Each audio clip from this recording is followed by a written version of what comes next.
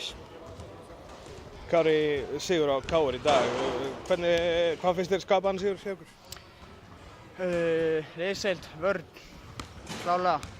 Og við þolinmóðir í sókn kannski og það var ekkert að koma öll fyrir okkur sem við byggumst við en við gerðum vel í vörn og vorum á tánum í 35 mínútur cirka. En svo hættum við svolítið og verðum svolítið kærulausir en annars þetta mjög gott.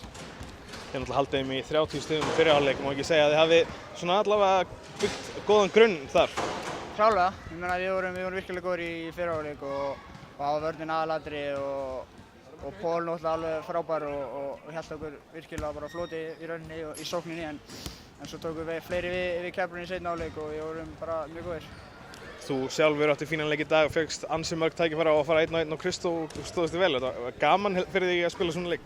Já, það er alltaf gaman að spila móti toppliði eins og KR og svoleiðis og maður er alltaf eitthvað að sýna og maður kemur í leikinn svolítið með það á herðunum að maður vill sýna að maður vera með þeim bestu hérna og svoleiðis og það var að taka á þeim bestu en það var nú ekkert eins og það var eitthvað svona plan, það var bara datt svoleiðis í leiknum en það var kannski líka mín sök, við fórum svolítið snemma í það og eittum ómiklu tíma í byrjun, miðbik fjórða að fara í eitthvað svoleiðis einn og einn dæmi sem að tók mikla orku og úr okkur og svoleiðis en heilt yfir gott.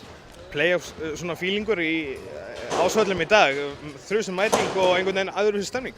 Alveg klárlega, ég meina það voru virkilega vel mætt alltaf í báðum stúkum og stemming í þessu og enda gríðarlega mikið að leika fyrir bæði lið og mikið undir og vonandi bara sem koma skal í úrslitakeppni.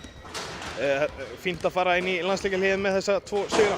Alveg klárlega, ég meina nú erum við komið svolítið aftur á ról og við ætlum að nota þetta svolítið svona sem vatn í bátinn og fá meiri svona halda okkar tánum og einbeitingu. Glæsilegt. Takk.